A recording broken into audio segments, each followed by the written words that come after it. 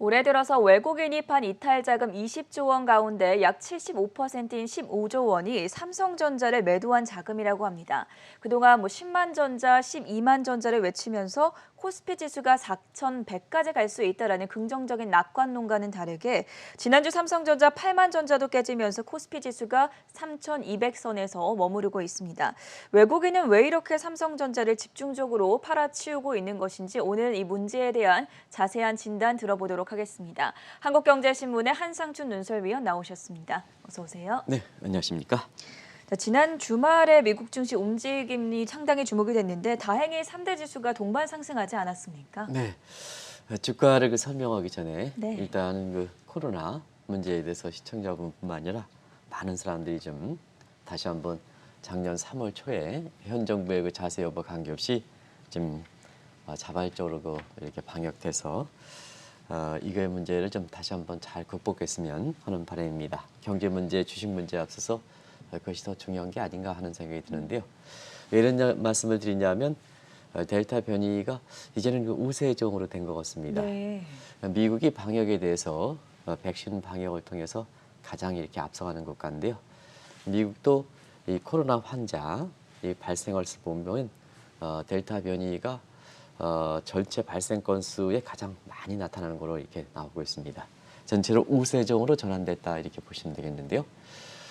사실 뉴욕 증시는 이런 변이, 델타 변이를 극복하고 사실 주가가 3대 지수로 올라서 지난 주말에 우리 삼성전자 주식이 8만 원 선도 깨지고 예. 코스피도 많이 떨어진 점을 감안해 볼 때 상당히 다양한 일이 아닌가 생각합니다.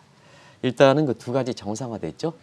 델타 변이 우려에도 불구하고 정상화됐던 것이 두 가지인데요. 하나는 계속해서 이 방송을 통해서 CNN의 FGI 지수를 보여드리고 있습니다는 미국 시간으로 8일 31일까지 떨어졌던 것이 이렇게 다음 날은 37일 정도로 다소 이게 회복되는 것은 위험 자산에 대한 선호 심리가 높아졌다 이렇게 보시면 되겠습니다. 결과적으로 이것이 3대 지수를 끌어올린 배경이 됐다 이렇게 보시면 되고요. 또 한 가지는 정상화 됐던 것이 국채 금리죠. 한때는 1.25%.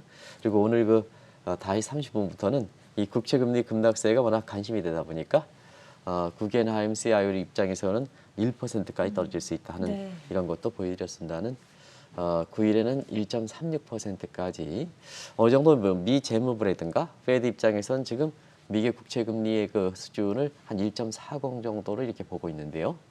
사실 1.36 정도까지 회복됨에 따라서 이 국채 금리가 떨어짐에 따라서 장단기 금리가 역전해서 경기 둔화 내지는 경기 침체에 대한 우려가 미 증시에 부담이 되지 않겠냐 하는 이러한 부담을 극복해서 3대 지수가 회복되는 요인으로 됐다 이렇게 보겠습니다. 아무래도 델타 변이에 대한 우려가 해소되면 사실 여행주라든가 금융주라든가 크루즈라든가 이런 쪽의 주식이 올라갈 수밖에 없는데요. 또 이렇게 바이오 업종에선 진단 키트라든가 이런 쪽이 델타 변이 확산 관련해서 우리나라도 수젠텍이라든가 이런 업종들이 좀 많이 주가가 다시 한번 올라가고 있는데요. 이런 경기 민감주를 담은 다우존스 지수가 3대 지수 중에서 가장 많이 올라갔다는 것도 이렇게 삼성전자를 비롯해서 성장주를 외치는 사람들, 물론 구별할 필요 없습니다는 그런 사람들한테 상당히 대조적인 추천가는 대조적 움직임을 보이는 것도 하나의 특색이다 이렇게 보겠습니다. 아무래도 이제 이번 주에는 미 기업들이 실적이 발표되고는 있습니다는 주요 기업들의 실적이 아까 이렇게 일정에서 나타난 네. 것처럼 굉장히 중요한 기업들이 많이 발표되죠. 그렇죠. 그런 차원에서 미국에서도 어닝 서프라이즈는 다 나온다. 이 방송에서도 어닝 서프라이즈는 예상치 대비해서 실적치는 높게 나온다. 그러나 작년 2분기 이후서부터 어닝 서프라이즈 폭이 확대되는 측면, 이런 측면이 축소되느냐 하는데요. 삼성전자도 질적인 측면에서 이렇게 보면 12조 원 정도의 어닝 서프라이즈를 기록해서 많은 사람들이 주가가 올라간다 하지만 실적 발표 이후에 외국인들이 약 우선주까지 포함해서 한 8천억 정도 매도하는 상태에서 팔마전사선도 깨진 것은 이 방송을 통해서 어닝 서프라이즈 폭이 중요하다. 근데 삼성전자의 2분기 실적은 상품을 팔아서 했던 실적은 11조 정도 되기 때문에 예상치에 부합 정도다. 그래서 외국인들이 실적 발표 이후에 8천억 우선주까지 포함해서 8천억을 매도하는 과정에서 8만 선 더 깨졌다. 그러면 월가 입장에서도 2분기 실적은 어닝 서프라이즈다. 그러나 주가 결정하는 데에는 제2의 삼성전자가 우려된다 하는 시각은 그 폭이 작아질 것 같아서 사실 월가에서 제2의 삼성전자가 재현되는 게 아니냐 하는 이런 시각도 만만치 않다. 이 점을 이번 주에 미국 기업들의 실적 결과에 대해서 주목하실 필요가 있다는 걸 말씀드리겠습니다.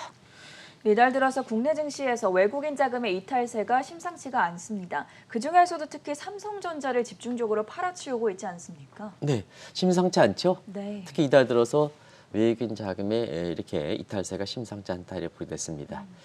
올해 들어서 그 외국인 자금의 이렇게 이탈 규모를 한번 계산해 봤어요. 네. 그랬더니 꼭 한 20조 원 정도 되더라고요. 우스리가 있긴 합니다는 한 20조 원 정도 된다 이렇게 보겠습니다. 근데 이제 7월 초니까 작년에 코로나 문제로 인해서 이렇게 작년에 40조를 채 못 미쳤습니다는 40조보다 많지 않겠느냐. 이 같은 그 이탈 속도로 본다면 작년에 그 전체 규모인 40조보다 많지 않겠나 하는 이런 쪽의 시각들이 지금 예상들이 나오고 있습니다. 근데 이제 한 가지 말씀드리면 항상 외국인들이 한국을 살 때는 국가를 사는 겁니다.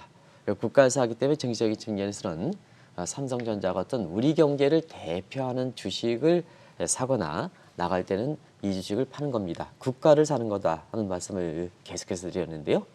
그런 과정에서 보면은 한국 경제 상징은 역시 삼성전자죠. 그래서 올해 들어서 외국인 매도 규모 20조 원 정도 가운데 우선주를 포함해서 지금까지 15조 원 정도가 된 것 같습니다. 그러면 한 4분의 3을 차지하는 거죠. 75%. 이보다 좀 더 높게 이렇게 보는 시각도 있습니다는 그거를 어떤 기준에 따라서 이렇게 판별하는 게 대체로 75% 이상 되는 것 같습니다. 시청자 여러분 75%입니다. 올해 뭐 매도 규모에서 자연스럽게 더 떨어질 수밖에 없는 거죠. 그러면 코스피지에서 이해가 필요하다. 자꾸 이제 코스피지에 대해서 3,200, 3,300 이렇게 해서 사상 최고치지만 사상 최고치의 의미를 너무 부각시킬 필요는 없습니다. 하는 말씀도 드렸는데요. 왜냐하면 개인들의 사실 실적, 코스피가 사상 최고치면 개인들의 실적도 좋아야 되죠. 그런데 개인들의 실적과는 동떨어지기 때문에 사상 최고치의 의미는 없습니다. 그런데 항상 이 주가를 낙관적으로 얘기하셨던 분들이 항상 이 사상 최고치 이걸 강조하기 때문에 투자자들, 동학개미들은 내 통장에는 사실 실적이 안 들어오는데 왜 사상적을 떨어뜨리느냐 하는 이런 측면에서 괴리가 있었던 겁니다. 우리가 한번 보면 올해 들어서 외국인들이 20조 원 좀 파는 과정에서 동학개미들이 다 이걸 이렇게 개미분들이 다 이것을 받쳐주지 못했다면 우리 코스피 지수는 2,700 밑으로 2,500까지도 떨어졌던 수준입니다. 이게 한국 증시의 실체를 정확하게 이어질 필요가 있지 않냐 하는 생각이 드는데요.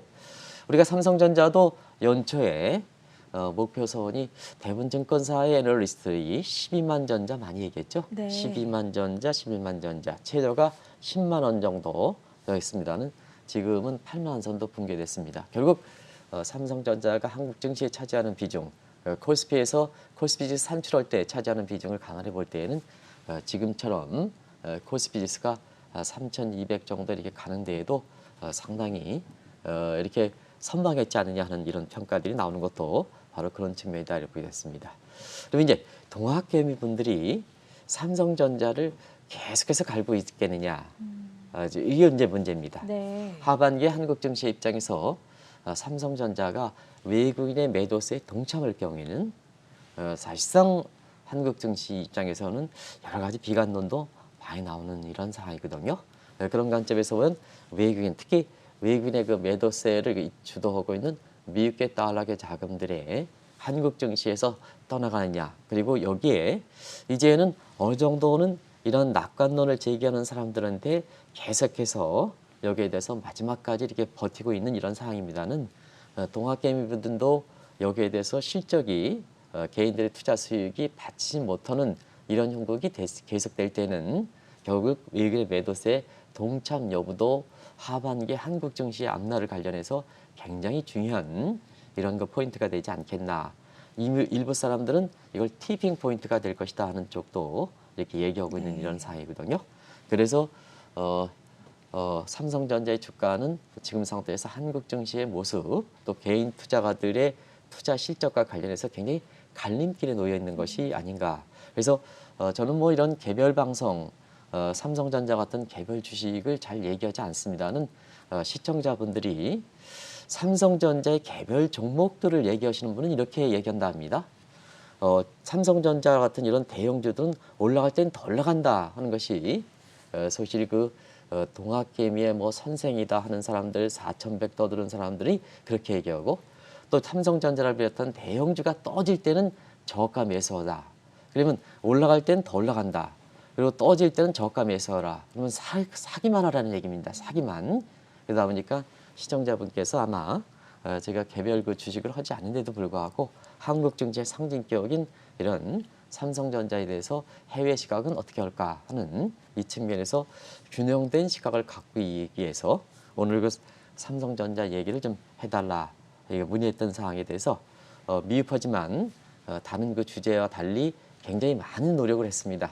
주말에 이렇게 제가 모르는 쪽에 해외 시각 쪽이지만 요 모르는 쪽이기 때문에 모르면 모릅니다. 그렇기 때문에 더 많은 이렇게 해외 시각을 이렇게 준비를 해서 여기에 보완하는 이런 쪽으로 좀 말씀드릴까 합니다. 다소 제가 개별 종목에 대해서 이렇게 시청자분이 지식보다 떨어진다 하면 양해를 부탁드리고 해외 관련해서 삼성전자 관련해서 어떤 시각을 갖고 있을까 이 분야는 제가 전공했던 분야이기 때문에 이런 내용을 갖고 대형주를 얘기하셨던 분과 균형적 시각을 좀 찾으시길 권해드리겠습니다. 지금은 외국인 자금의 이탈세가 생각보다 심각한데 하지만 국내 증권사들 올 들어 특히 4월 초쯤으로 기억을 합니다. 외국인 자금이 본격적으로 유입될 것이다라는 시각이 우세했었는데 왜 이런 미스매치 현상이 나타난 것입니까? 네, 4월 초에 방송할 때도 이 문제를 좀 지적해드렸습니다. 네. 시청자 여러분 그때 당시에 4월 초에 대부분 국내 증권사들이 외국인들이 자금이 집중적으로 유입된다. 5월달, 6월달 코스피 지수가 3,500 이상 간다 하는 그리고 일부의 5월 중순인가요?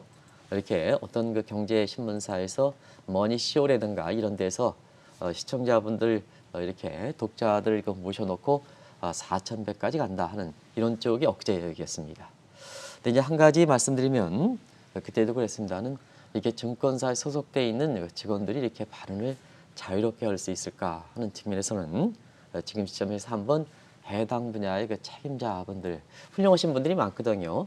주가가 올라갈 때 항상 균형 시각을 강조하는 또 그렇게 균형 시각을 강조했던 이런 증권사 같은 경우는 지금 좀 다소 4,100, 3,500 이상 했던 데에 비해서 자기 자본 이렇게 사실 이렇게 운영이라든가 이런 측면에 좀 여유가 있습니다.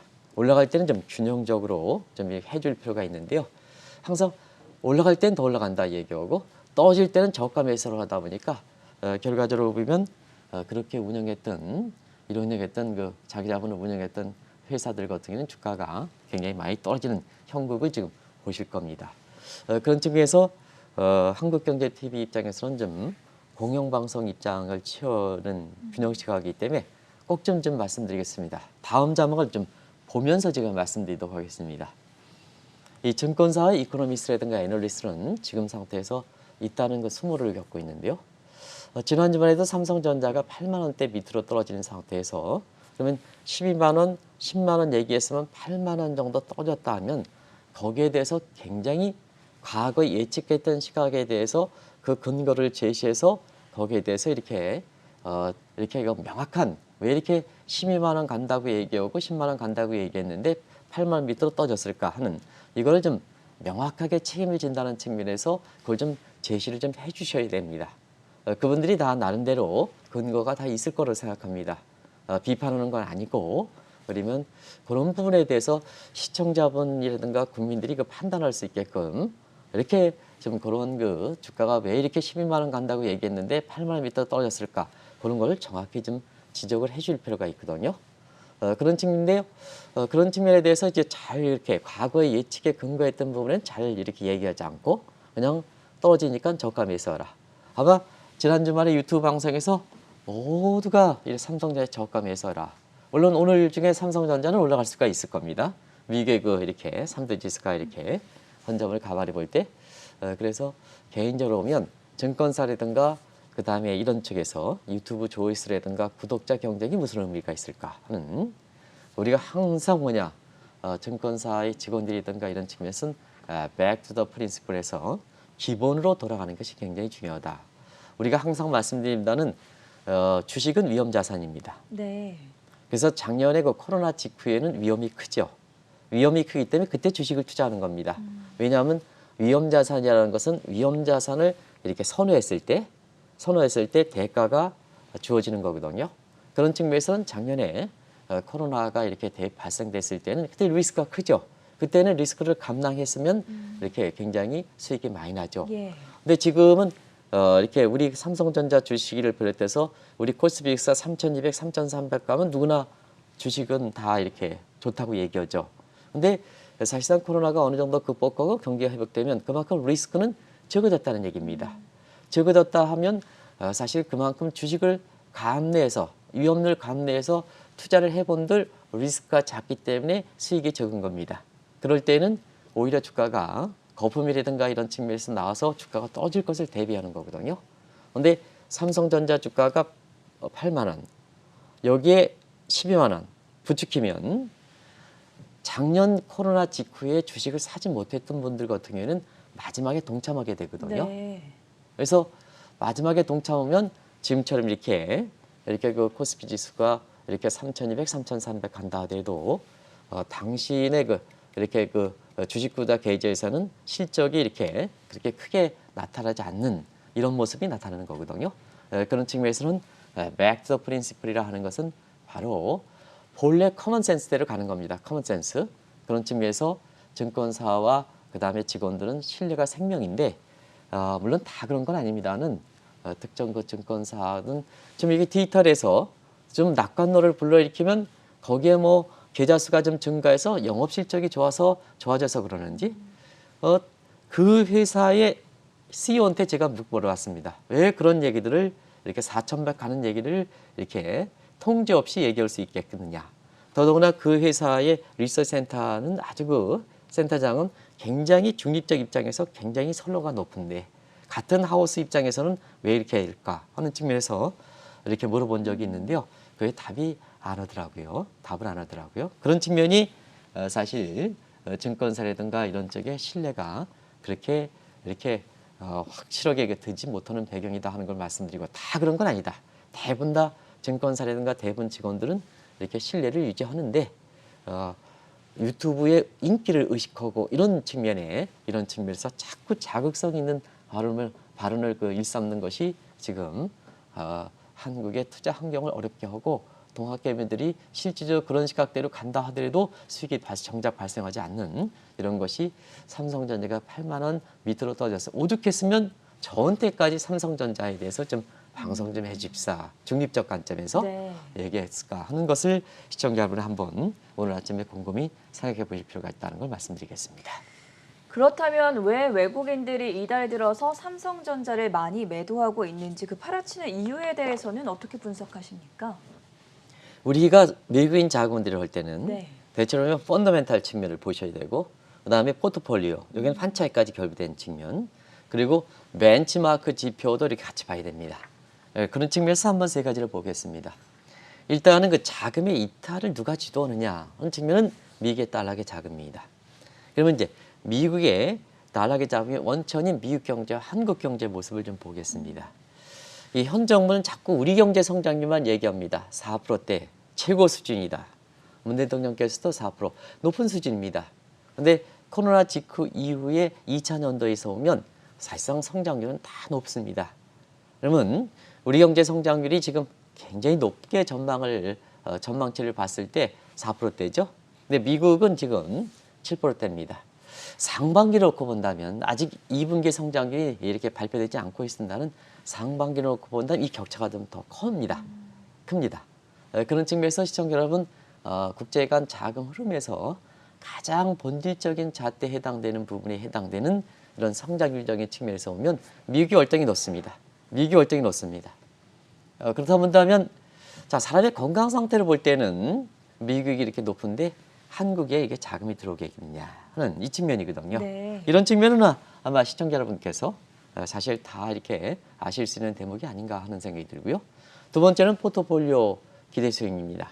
나중에 원달러 환율과 관련해서 좀 말씀을 드리겠습니다는 올해 1월 7일 날 8일 날 원달러 환율이 1,082원이었습니다. 근데 이 방송을 통해서는 환율이 억릴림이 해소하는 과정에서 보면 단기적으로 원달러 환율이 좀 다소 올라갑니다. 그럼 1,149원입니다.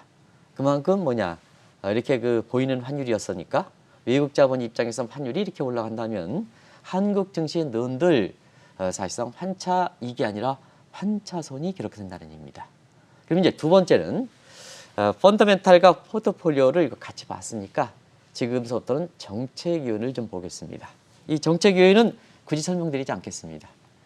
정책의 불확성, 시청자 여러분, 자 집권 말기에 들고 대통령 후보들이 지금 중구난방 나서는 과정에서 제각각 공약을 얘기하다 보니까 외국 입장에서는 한국의 증시가 정책 불확실성이 높으면 높을수록 가려지는 겁니다. 그래서 일전에 전세현 앵커랑 같이 해서 사실상 한상춘이가 돈을 꽂았다 하면 그 돈의 향방이 어디 가 있느냐 명확히 알아야 같은 돈을 꽂으더라도 내가 안심한다. 근데 구름을 가서 전 앵커가 내 돈을 받았을 때 어디 있었는지 모르면 똑같은 그 대출을 해줬다 하더라도 굉장히 대주 입장에서는 차준가요? 불안하죠. 네. 이런 입장에서 불안하다 하는 말씀을 드렸는데요. 그런 각도에서 현 정부 마지막에 현 정권을 갖고 있는도 정책 불확실한데 여기에 대선 후보들이 우후죽순 나서는 과정에서 현 정부의 정책과 상반되는 얘기들이 또 이렇게 얘기한다. 그것도 같은 집권당에서 후보들과 현재 통수권자가 같이 이렇게 똑같은 부동산 대책에 대해서 다른 얘기를 한다 하면 우리나라야 뭐 표심을 얻기 위해서 그런가 보다 이렇게 얘기하지만 그렇게 아주 이렇게 긍정적으로 해석할 수 있지만 해외에 이렇게 볼 때는 지금 투자하는 사람들은 현 정부가 겨냥하는 게 아니라 다음 정권에 누가 올 것이냐도 겨냥하는 거거든요. 그런 측면에서는 정책 불확실성이 굉장히 많이 이렇게 높아졌던 것도 외국인 자본이 잘 들어오지 않는 얘기다 이렇게 됐습니다. 그러다 보니까 상반기 한번 보세요. 문재인 대통령을 비롯해서 정책 당면 4% 괜찮습니다. 하지만 정책의 불확실성 정도로 볼 때는 높다 보니까 1996년에 당시에 김영삼 정부에서 외국 자본이 이탈하고 위기는 몰려오는데 펀더멘탈 괜찮습니다 하는 이 펀더멘탈이 결과적으로 외환위기를 발생시켰던 원인이지 않습니까? 그런 측면에서 이렇게 그때보다는 좀 나아지긴 하지만 상반기에 삼성전자를 비롯해서 외국인이 집중 매도했던 그런 요인이다 이렇게 보겠습니다. 또 한 가지는 벤치마크 지수입니다. 지금은 기업 권력이 국가 권력보다 앞서는 이런 모습이기 때문에 금융사라든가 외국 자본을 주도하는 벤치마크 지수가 가장 중요합니다. 벤치마크 지수 여러 가지가 있습니다. 그런데 가장 영향력 있는 게 앞서 미국계 자금이라고 했지 않습니까? 이탈이 미국계 자금을 주도하는 것이 MSCI 지수입니다. 네. 많은 국내 자금이 들어올 것이다. 동학개비의 선생이다 이런 사람들이 대형주, 삼성전자, 10만전자 얘기했지만 그 배경에 있어서는 사실은 MSCI 지수에 우리가 선진국 지수에 편입될 때에는 61조 들어온다. 오케이? 그러면 5월달, 6월달 주가 3,500 가지 않느냐. 그러나 이 방송을 통해서 MSCI 지수는 2013년 한국이 선진국 예비명산에서도 탈락된 겁니다. 그러면 우리가 아무리 노력한다 하더라도 일단 선진국 지수를 들어가기 위해서는 선진국 예비명단부터 다시 들어가야 됩니다. 느닷없이 선진국 지수로 바로 올라가는 게 아닙니다. 그리고 한번 떨어졌을 때 다시 한번 극복하기 위해서는 정상적으로 단계를 받는 것보다 2배 이상의 노력이 필요합니다.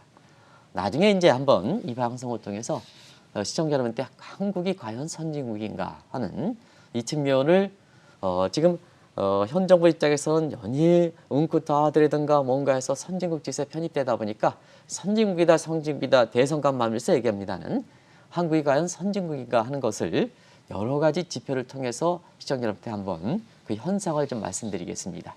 어찌게 됐든 미국계 자금을 주도하는 MSCI 지수가 이 방송을 통해서 예상한 것과 마찬가지로 선진국 예비 명단에서 탈피하지 못함에 따라서 결과적으로 보면 그 이후에 MSCI 연례조사 6월 달에 했는데요. 그 이후에 연례조사 끝나고 난 이후에 외국인 자본의 이탈세가 더 빨라지는 것이 아닌가 하는 그런 쪽에 세 가지 요인이 결부돼서 네. 외국 자본이 최근에 안 들어온다 이렇게 보시면 됐습니다. 이 외국인 자금의 국내 증시 이탈이 펀더멘털이나 포트폴리오 기대 수익률 이외의 요인에 또 문제가 있다면 외국인 자금이 쉽게 돌아오지는 않을 것 같은데 다른 요인들은 어떤 것들이 있습니까? 정책 요인이 앞으로 개선되겠느냐. 앞서 말씀드렸같이 현 정부는 정책을 많이 내놓지는 않을 겁니다. 네. 이제는 이제 대통령 후보들도 점점 축소해 가지 않습니까? 그렇죠. 그래서 이런 측면에서 볼 때에는 차기 대통령이 누가 될 것이냐는 쪽은 자연스럽게 하반기 돼서 넘어가기 때문에 이제는 대통령 후보들의 내놓는 대선 공약 문제에 대해서 좀 잠시 말씀드리겠습니다. 일단 현 정부도 개인적으로 보면 올해 그 4월 초에 국내 증권사들이 외국 자본이 본격적으로 유입된다 하는 이 측면이 있을 때 이상한 지표 가지고 좀 한번 말씀드린 적이 있습니다. 그걸 좀 그 지표를 좀 다시 한번 작은 정치랑 같이 보겠습니다. 스콧 베이커, 닉 볼럼, 스티븐 데이비스. 이게 미국에서도 시카고 대학이라든가 해서 아주 명문대 교수들입니다. 이런 게 이제 이런 분들이 경제정책 불확실성 지수를 만들었는데요. 현 정부는 어떤 정책이냐 하면 영국에서 두 번째로 높다. 불확실성 정도가. 근데 영국은 올해 1월 1일 날 브렉스라는 아주 획기적 사건이 있었습니다.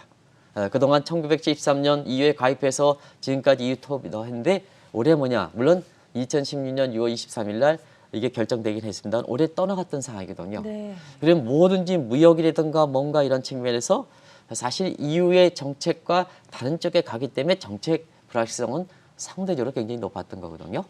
그런 측면에서 볼 때는 한국이 상당히 경제정책 불확실성이 크다 하는 것이 해외에서 평가하는 시각이다 이렇게 됐습니다.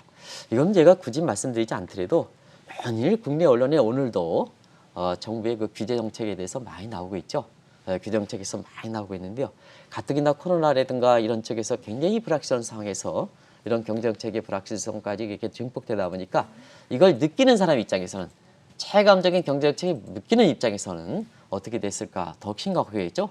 그런 상황에서 한국의 자금을 쉽게 넣기가 어려운 상황이 지금 상황이 아닌가. 그리고 외국인이 아니라 하더라도 시청자분이 이렇게 주식과 관련돼서 대형주를 떠드는 사람이 아니라면 내가 돈을 갖고 있을 때 한국의 기업을 믿고 사실상 투자하겠느냐 하는 측면에서 이거는 펀더멘탈의 기업 가치를 내놓는 사람들이 한번 보겠습니다. 한국의 기업인들이 한국에 대해서 실질적으로 밸류에 해당되는 가치를 증대시키기 위해서 한국 내부에 투자하시겠습니까? 미국에 투자하시겠습니까? 80% 정도가 미국에 투자하겠다는 입장을 나오고 있습니다. 이거는 비단 외국인도 그렇고 한국 내부의 기업들의 그 규제라든가 이런 측면에 직접적으로 받고 있는 기업인들도 그대로 나타나는 현상이 아닌가 하는 생각이 듭니다. 뉴욕을 비롯한 주요 국제 금융시장에서도 접근도가 해가 지날수록 떨어지는 것도 문제로 꼽히고 있습니다. 이 부분도 짚어주시죠. 외국 자본이 이렇게 이탈을 또 대형주 위주로 많이 떨어진다면 네. 전인권 입장에서 만약에 사실상 이러한 그 외국 자본의 이탈이 된다면 전인권은 뭐 영어도 잘하시고 그러니까 한국의 경제 강렬하면 가장 우선적으로 해야 될 게 뭐가 있겠습니까? 정책적 불확실성을 줄여야 되지 않겠습니까? 그렇죠. 그런 것에 대한 오해를 좀 많이 분리시켜야 되죠. 네. 그런 측면에서 국제금융 중심지에서 한국 경제에 대해서 아이로 활동을 집중적으로 얘기를 해야 될 겁니다. 예. 근데 지금 아이로 활동과 관련해서 대외 활동을 하는 입장에서 보면 청와대에 사실 그 아이로 활동과 관련돼 있는 이런 전문가들이 많지 않습니다. 이건 많지 않다는 건 그래도 좀 이렇게 현 정부 생각해서 그렇습니다. 근데 제가 그냥 개인적으로 이야기하면 거의 없습니다. 이런 쪽으로 얘기할 겁니다. 네. 왜냐하면 글로벌 전문가가 있다 하더라도 사실상 활동을 하지 않으면 거의 없는 겁니다. 가장 중요한 게 비춰져야 되거든요. 그런 측면에서 말씀드리는 겁니다. 현 정부를 이렇게 되는 게 아니라. 그리고 사실 그 지금의 이렇게 경제 강조 중에서는 제가 홍남기 부총리 이런 측면은 다른 정책은 평가하지 않는다 하더라도 해외 쪽은 좀 비교적 잘해옵니다. 이번에 G20 이렇게 그 파리에서 재무장관 회담 하더라도 주도적으로 이렇게 나가서는 것이 한번 비춰줄 수가 있습니다. 이쪽 분야는 그래도 접니다. 근데 다른 게 따라지지 못한다는 얘기예요. 다른 쪽이 종합적으로 한 나라의 경제 정책이라는 건 종합적인 산물이기 때문에 다른 쪽이 쫓아가지 못한다. 그러다 보니까 이런 사태가 나오는 겁니다. 일단 가장 중심지인 미국의 국제금리 보면 문정부의 그 정책은 안미 경쟁, 근데 기업은 친미 언쟁이거든요. 서로 미스매치. 이건 눈에 익적한 시각입니다. 그러다 보니까 사실상 뉴욕에서 한국 경제에 대한 해외 시각이 흩어질 때 이것을 좀 여러 가지 아율 활동이라든가 이런 측면에서 이렇게 좀 해줘야 되는데요. 이게 뭐냐? 매스컴상에서도 저희들이 신문을 만듭니다. 매스컴상에서도 대대적인 아율 활동이 했다 하는 이런 측면의 기사가 없지 않습니까? 시청자 여러분 다들 한번 보실 필요가 있다 이렇게 보겠습니다. 그리고 유럽 금융 시장은 거의 이렇게 한국에서 이 흐름의 급격한 변화에 대해서는 읽지 못하는 것 같습니다. 지금 유럽 같은 경우는 브렉시트 이후에 영국에서 자금 굉장히 빨리 나갑니다. 누차 말씀드렸죠? 그래서 브렉시트의 중심지라 하는 런웨이 중심지나 시티 오브 런던 같은 경우는 시카고 공포가 돼서 이게 금융인이 이렇게 머물렀던 숙소들이 전부 빠져나가니까 범죄 온상이 되거든요. 그래서 머리스 존슨이라든가 영국의 총리 입장에서는 시티 오브 런던에 이렇게 일반 생활 공간으로 생활형 공간으로 바뀌고 있습니다. 이런 측면이고요. 홍콩 마찬가지죠. 우리가 100주년 기념해서 홍콩을 집중적으로 이렇게 봤습니다는 자 한국만 정부의 정책이 소프트랜딩 시킬 수 있는 국내 금융사들이 이렇게 다른 쪽으로 싱가포르라든가 한국 쪽으로 이렇게 유도하는 정책이 없기 때문에 그냥 머무는 상태거든요. 근데 다른 금융사들은 전부 싱가포르라든가 이런 쪽으로 넘어가는 상황이다 이렇게 보게 됐습니다. 그러다 보니까 세계 3대 금융시장에서도 한국 경제가 어려울 때 여기서 적극적으로 아율 활동하는 이런 모습이 지금 나타나지 않는다 하는 측면도 상당히 하반기에 이와 관련해서 외국 자본은 좀 한국 증시로 돌려놓는데 정책적으로 좀 불안한 요인이 있다는 걸 말씀드리겠습니다. 국내 정치와 관련해서 조금 더 글로벌리하게 활동을 해야 하지 않을까 생각이 드는 대목이었고요. 외국인들이 한국 증시 투자에 있어서 또 하나 우려하는 부분이 바로 원달러 환율 움직임입니다. 이 사안에 대해서도 여러 가지 부담감이 느낄 것으로 예측이 되는데 어떻습니까? 결론은 말씀드리죠. 네. 올해 1월 8일에 원달러 환율이 1,080이었습니다. 지난 주말에 원달러 환율이 1,148원 40권입니다. 그렇죠. 그러면 외국 자본이 한국에 넣었을 때는 올해 1월 8일 날 1,080원에서 지금 한국에 넣었을 때는 어떠냐? 한 62원 정도 환차 손이 발생했다는 얘기입니다. 그러다 보니까 자연스럽게 주변국, 중개 위안화는 평가 절상됐습니다. 중국 증시에 그대로 다른 영향 없이 환율적인 측면에서 중국 증시 넣었다고 이렇게 보면 사실상 중국은 위안화 평가 절상된 상태에서 중국에 이렇게 투자했던 사람은 환차 이익이 됐는데 우리 같은 경우는 62원 정도 환차선이 발생했다는 얘기입니다. 이 측면 관련해서는 우리가 지난 주말에 달러 전망할 때도 이렇게 말씀드린 적이 있습니다. 다시 한번 말씀드리면 자 올해 국내 증권사들이 이렇게 다 그런 건 아닙니다는 이렇게 환율적인 측면에서 보면 작년에 코로나 직후에 1285원에서 올해 1월 8일 날 1080원 작년에 달러 강세 기축통화인 달러뿐이 없다 이렇게 얘기지만 환율이 200원 정도 떨어졌지 않습니까? 그만큼 달러가 강세가 된 게 약세됐지 않습니까? 그런 과정에서 자 작년에 예측을 못했고 환율이 1080원 가니까 1000원 밑으로 간다. 그러다 보니까 자 1000원 밑으로 간다면 한차 이익이 기대돼서 외국 자본이 자연스럽게 들어올 수도 있다. 대형주 위주로. 그러니까 외국 자본이 들어오면 한국의 대표 업종을 사니까 삼성전자 많이 간다. 12만 전자, 한국의 코스피 3,500, 4,100 이렇게 갈 수가 있겠죠. 그러나 이 방송을 통해서는 작년에 달러만큼 투자하지 마십사. 유일하게 그랬을 겁니다. 근데 사실 올해 들어서는 바이든 정부에서는 우리가 달러 가치를 결정할 때 펀더멘탈 요인과 마스웬 정책 요인이 있습니다. 트럼프 정부는 미중 간의 마찰을 줄이기 위해서 이례적으로 달러 약세 정책을 취했습니다. 바이든 정부는 시장에 맡겨놓습니다. 그러면 마스적인 달러 약세인이 억눌림이 해소하는 과정이 필요합니다.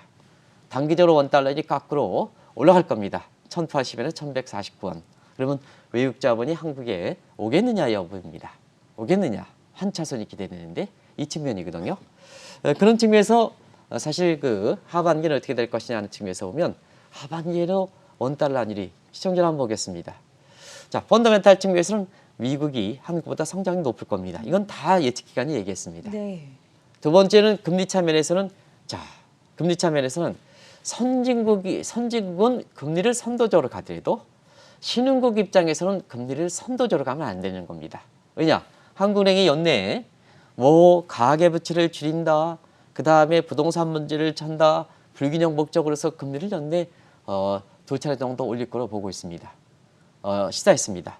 그러면 많은 사람들이 한국의 금리가 2% 정도 올라가면 미국보다 금리 차이는 올라간다. 근데 한국은 신흥국 금리입니다. 신흥국 금리 차 가지고 외국 자본 움직이지 않습니다. 그러면 환차 손이 가장 중요하다는 의미입니다. 환차익이. 그런 측면에서는 연내 금리를 2% 올린다 하니까 자연스럽게 자연스럽게 환율이 올라갈 수밖에 없는 우려가 되는 거죠. 실제 우려가 되는 거죠. 그러면 자, 미국보다 우리가 먼저 금리를 2% 두 차례 정도 올려? 두 차례 정도 올려? 그러면 자, 환율 더 올라가겠네? 환차손 더 기대?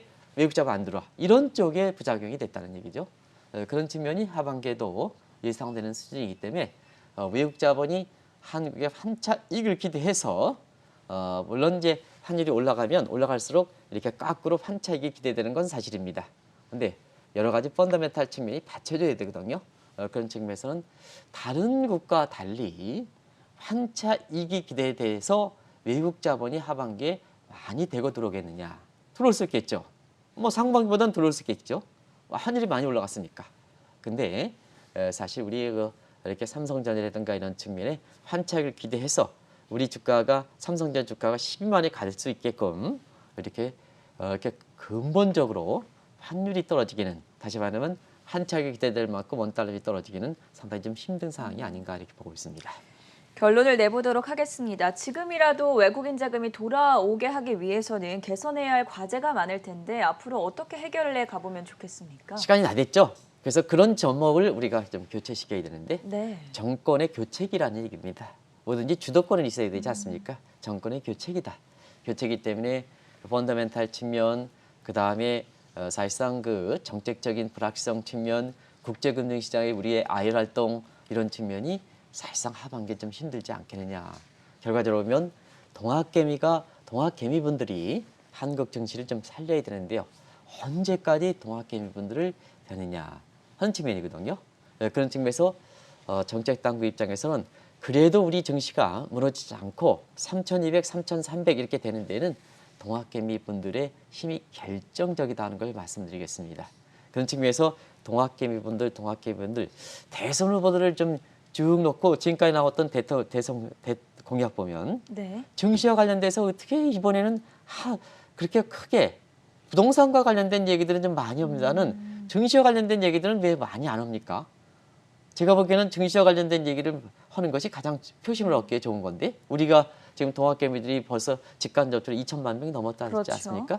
그런 측면에서는 한국 증시가 왜 3,200까지 버티게 됐느냐? 동학개미 희분들의 결정적이다.